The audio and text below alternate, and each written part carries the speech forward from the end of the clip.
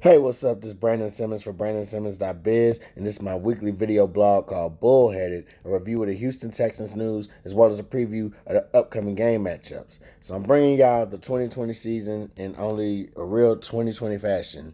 No real shave. I'm actually recording this on Labor Day, so hey, no, I'm pretty sure a lot of y'all have not shaved either. Y'all probably got the James Harden beard going on at this point, so um, I'm jealous. Send me some secrets. Anyway, like I was saying, man. Um, so yeah, weekly video blog. We kicking off the 2020 season. Lots of things to, well, not a lot of things to really get into. Just a few couple of notes I do want to highlight, and I want to start off with the obvious note of them all. Deshaun Watson actually signing his new contract. So Deshaun actually signed a 4-year extension, 156 million, 100 close to 111 guaranteed, and supposedly averaging around 39 million a year. The average sort of similar to what Pat Mahomes is getting off of his deal or his current or his new deal as well, but just not as in many years. So when you look at the numbers, well, do yourself a favor, look up the numbers yourself, because I tried to look them up and my head hurt. So, but be that as it may, the one thing I want to take away from his payday, and it was something I kind of like hinted to a friend when we were talking about all the when all the deals were popping off with Bill O'Brien back in the spring and all the moves that he was making. I would say, all of this would be in vain if Deshaun Watson doesn't get signed. Just pretty much it. Um, you know, like if we don't lock down our franchise quarterback right now, what's the point of like what's the point of all these like moves being made? What's the point of sending away a star receiver like DeAndre Hopkins? So it almost takes the heat off those spring deals, but not a lot. But the major point that I'm trying to make is this: um, he got it done. Both sides got it done. They got it done in a fair amount of time when some of the other quarterbacks are starting to get their bread. So Pat Mahomes got his. Russell Wilson got his. Ironically, probably like a year ago. Yeah, sometime a year ago. And now up next is going to be more than likely Lamar Jackson. So they kind of got it out the way before anything else kind of like, I guess before the market just really shot up anymore, depending on what the Ravens going to do with Jackson. But definitely it's good to lock him down right now. Puts a better focus on our upcoming future as far as like, rebuilding the offense and all this stuff and just making the offense in his image as well. So speaking of offense, yeah. So as a byproduct of those trades that happened earlier in the springtime, it just really just kind of brought in a whole change, not just on the offense, but quite a few changes on the defense as well. So DeAndre Hopkins, as a recap, he was sent away to the Arizona Cardinals for a second round pick and also for a fourth round pick and also for running back David Johnson. And so what that did was that definitely shook up our receiving core. So we don't have a clear cut number one receiver right now. It's assumed to be Will Fuller, but I mean, even then, that's still questionable as a number one. Um, after the Hopkins trade, they decided to kind of bring in Brandon Cooks, and they also brought in Randall Cobb as well. So that's Fuller, Cobb, Cooks. Um, you got Kiki Kuti still on here. Um, Kenny Stills, yes. I don't know why that I almost slipped my mind. But yeah, you have those guys that's really in the mix right now for the receiving group, and there's no clear cut like number one guy. There's no DeAndre Hopkins. And that's kind of a good thing, I guess, because I mean these are still solid receivers, um, so that's a good thing, but it's just no one guy that that's right now looking like they're gonna break. That could be breaking from the pack. As far as like the clear cut choice to like draw double teams and all this other stuff and get other receivers open. So definitely it's going to be interesting to see how that actually plays out. Or how that group actually plays out and benefits Watson overall. To me, these are very these are fast guys, and so I think they do have the ability to get open. But as one that's like there's not one choice that I would say like that's the go-to guy, in case of like clutch moments or anything like that. So I guess that's good to have that type of mystery to look forward to, but it's also kind of like, uh, will it get to that level of that? So yeah, that's that was a huge part of our offense to be revamped. The receiving group, obviously, the running back groups as well. Bringing in David Johnson, who's hasn't had the best of luck in his recent years as far as his career go, injuries and all this other stuff being outplayed by other running backs. Duke Johnson, Duke, pretty solid running back for us. Pretty solid backup for us. To Carlos Hyde, who we don't have anymore. I believe he went to Seattle or somewhere.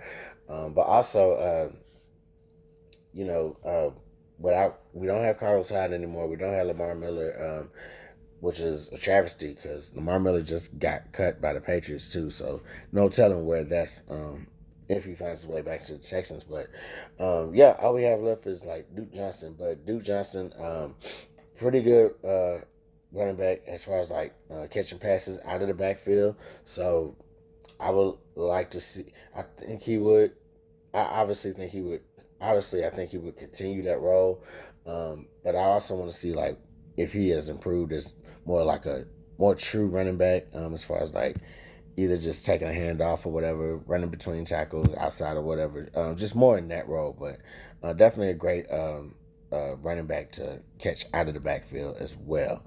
Um, so our offense is revamped.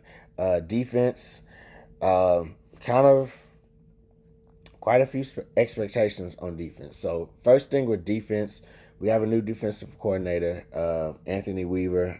He's actually replacing Romeo Cornell, who's still supposed to be hanging around the Texans organization in maybe like a consulting role or something like that. So, but with Weaver, former Baltimore Raven, former Texan, actually, um, he's been kind of he's been around the coaching ranks for a couple of teams, mainly as like working on like defensive line linebackers type of deal. So he's been showing like more he's been demonstrating his expertise in those particular areas, and so I think that's a good thing.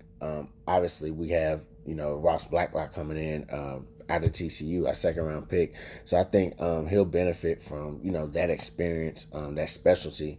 But also we have still like some young defensive linemen that are kind of coming up in the ranks a little bit. So I want to see how he develops them as he has developed some of our as he has developed other defensive lineman from what I've read about him within the organization. So I want to see how he shapes, the defensive line, of course, but also what kind of energy does he bring overall, like to this defense? Is going to be, an aggressive type of defense that we'll probably more than likely we'll probably need in this division. Just with some of the a couple of the teams kind of just stacking up their offenses or whatever. When I say a couple, I just mean Tennessee and Tennessee and Indianapolis. Trying to fine tune their offenses a little bit. Jacksonville is just pretty much selling the whole house, but that's a whole other story. But yeah, I think yeah, I'm very interested to see like what kind of energy is transferred into this defense, and if it can come back as like a premier defense as it was a couple seasons ago. when Cornell had them leading takeaways and all this other stuff. So definitely looking forward to that. Definitely looking forward to seeing a new voice within this defense, and especially a new familiar voice, if you will, within the defense to lead the way for them. So, and one last thing about the defense. Glad to see some of our secondaries coming back. Um, Bradley Roby, he did get re-signed. Of course, we got Lonnie Johnson, Justin Reed. Looking forward to seeing what those guys bring in their as they come up as well. So yeah, definitely hoping that there's really a change, really a more positive change affecting the secondary this season as we jump out to that 4-game schedule that we got. So, with that being said, about to do the customary keys to winning. So, no real preseason, so there's not a lot to just really gush over to see. What I will say is this: the Texans, they're taking on the Chiefs this week on the road. Week 1, wow. So, and like I said, our 4-game schedule to start off, it gets a little rough. But with that being said, you gotta take it one game at a time. So week 1 at the Chiefs on the road. One of the things that they'll just have to do is just pretty much go out there, put all their weapons to use. So the new receivers, the new running backs, just put all those guys in the game plan somehow, some way. I referenced that Duke Johnson is a great pass catching running back.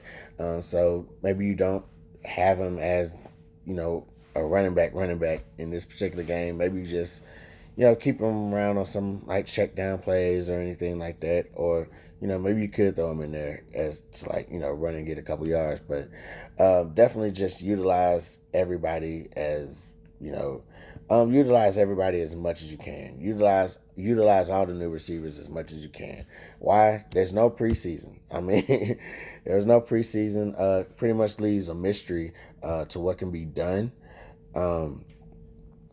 And yeah, pretty much leaves a mystery as to what can be done, and as far as as far as what the opponents know what can be done.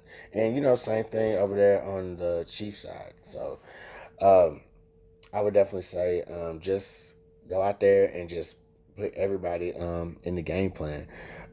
Forget about forget about the playoff loss, because that still stings us a little bit. We moved on a little bit from that, but fans have moved on a little bit from that. But yeah, forget about that playoff loss.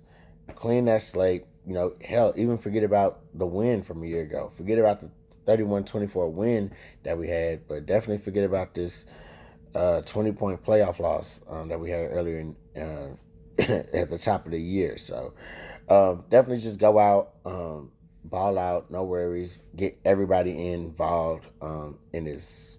Pretty much everybody involved in this game as much as you can.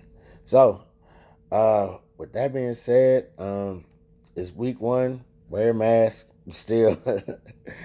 So that being said, that's all I got for y'all this week. I'm Brandon Simmons from BrandonSimmons.biz. Holla black.